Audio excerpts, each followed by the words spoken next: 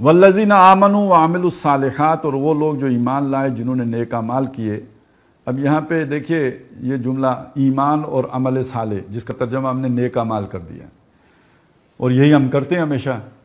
تو میں نے آپ کو بتایا تھا سن 4 کے آس پاس کا یہ واقعہ ہے.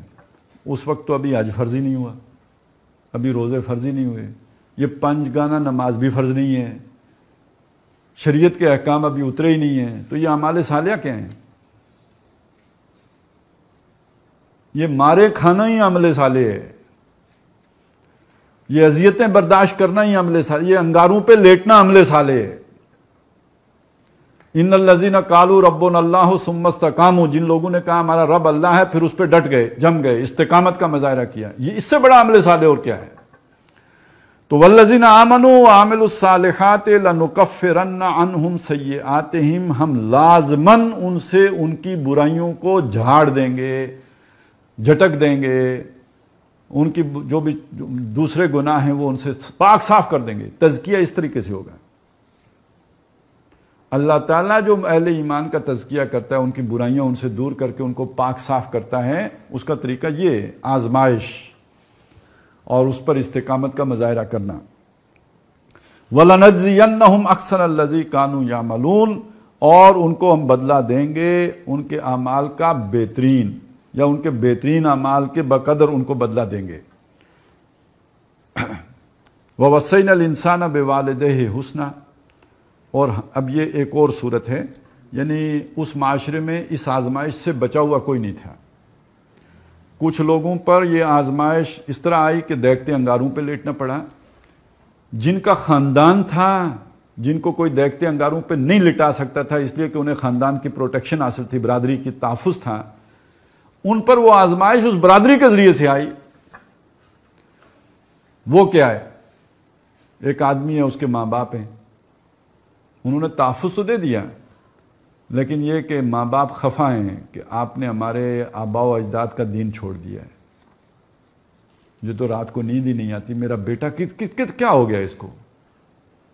ایک ماں ہے، اس نے بھوک ہڑتال کر دی ہے، کھانا نہیں کھاؤں گی جب تک میرا بیٹا واپس اپنے آبائی دین پہ نہیں آئے گا.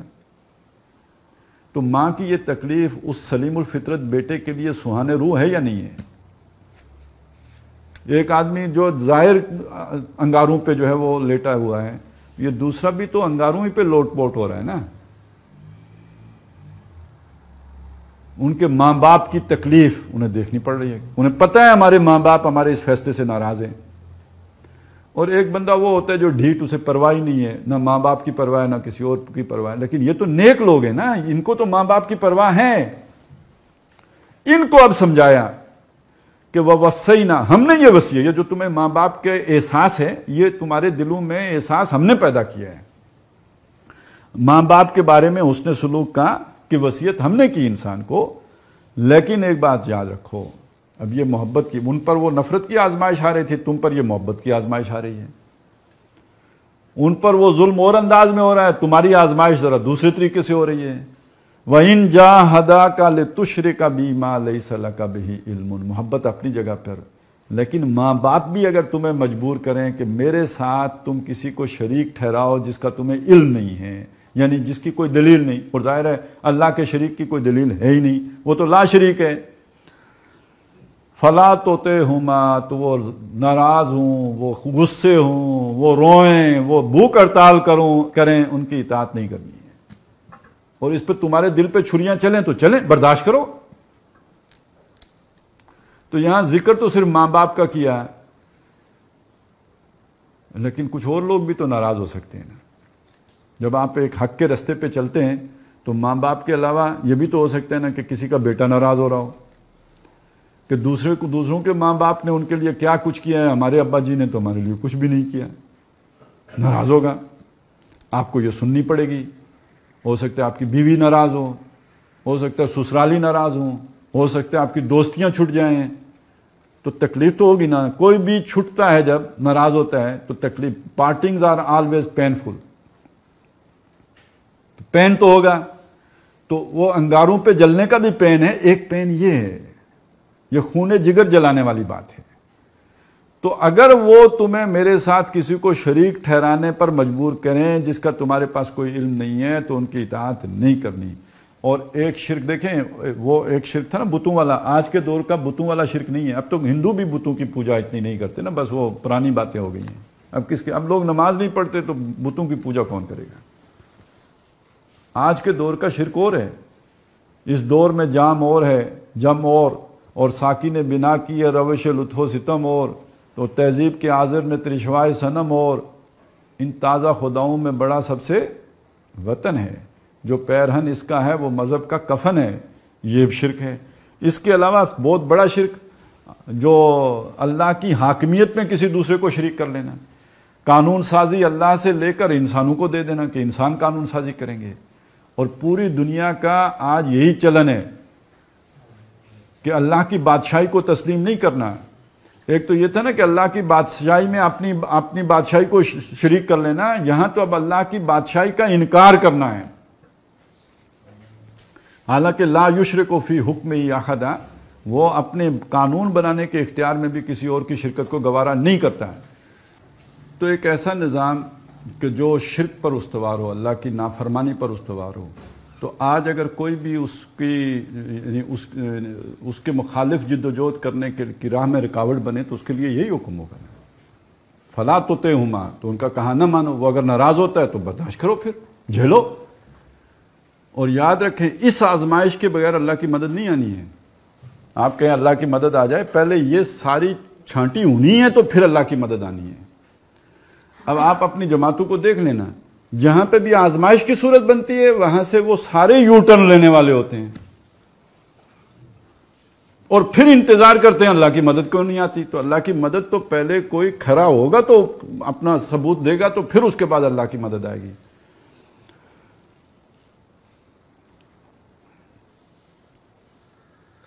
الیہ مرجعکم، میری ہی طرف تمہارا مرجع لوٹ کے آنا ہے. یہ ساری زندگی اپنے ان پیاروں کے ساتھ نہیں گزارنی ہے، بیوی بچوں کے ساتھ یا ماں باپ کے ساتھ یا برادری کے ساتھ یا رشتہ داروں کے ساتھ یا تعلق داروں کے ساتھ، نہ، لوٹ کے میرے پاس آنا ہے. الیہ مرجعکم فأنبئکم بما کنتم تعملون، تو میں تمہیں بتاؤں گا جو تم کیا کرتے تھے.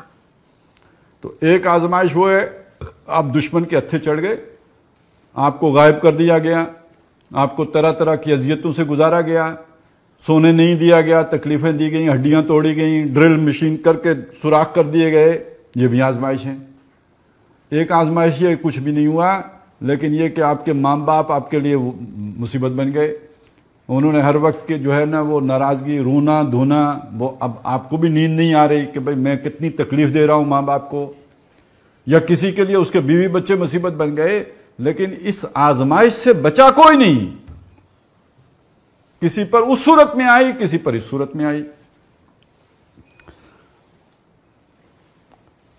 والذین آمنوا وعملوا الصالحات لندخلنہم فی الصالحین، جو لوگ ایمان لائے اور جنہوں نے نیک اعمال کیے. اب یہاں نیک عمل کیا ہوا؟ اللہ کی خاطر دوسروں سے کٹنا. ایک ہوتا ہے اللہ کی خاطر کسی سے جڑنا، ایک ہے اللہ کی خاطر کسی سے کٹنا جس سے آپ نیچرلی جڑے ہوئے ہو، جس سے آپ کا بڑا سٹرونگ بانڈ ہے محبت کا، لیکن اللہ کی خاطر آپ وہ رسی توڑنے کے لیے تیار ہو گئے. ان کے لیے یہ نیک اعمال ہیں، اور ان کے لیے اللہ کا انعام کیا ہے؟ لَنُدْخِلَنَّهُمْ فِي الصَّالِحِينَ، انہیں نیکوں میں داخل کر. ادھر سے کٹے ہیں تو ادھر جوڑے ہیں. اب دیکھیے جب وہ جو جسمانی آزمائش تھی نا، اس پر کیا آیا تھا؟ برائیاں اللہ نے جھاڑ دی. یہ جو آپ کی جگر کی یا دل کی جو آزمائش ہوئی، محبتوں کی آزمائش، اس پہ کیا کہا؟ اللہ نے آپ کو نیکوکاروں میں داخل کیا ہے. تو اس بات کیا ہے کہ اگر آپ ماں باپ سے کٹے ہو، ان کے پیار سے محروم ہوئے ہو، تو ادھر محمد الرسول اللہ کے دامن سے وابستہ ہوئے ہو. اگر وہ چھٹے ہیں تو یہ ملے بھی تو ہیں نا. لَنُدْخِلَنَّهُمْ فِي الصَّالِحِينَ، اور جنت میں بھی ان کا ساتھ ہوگا. اس سورہ مبارکہ کے آخر میں آتا ہے نا وَالَّذِينَ جَاهَدُوا فِينَا لَنَهْدِيَنَّهُمْ سُبُلَنَا. اب دیکھیں صراط مستقیم تو ایک ہے، یہ سبولانا کیا ہوا پھر؟ اور لوگوں نے اس کی بڑی عجیب و غریب قسم کی تشریحات کی ہیں. معلوم ہوتا ہے پتہ نہیں جنت میں جانے کے 2500 رستے ہیں.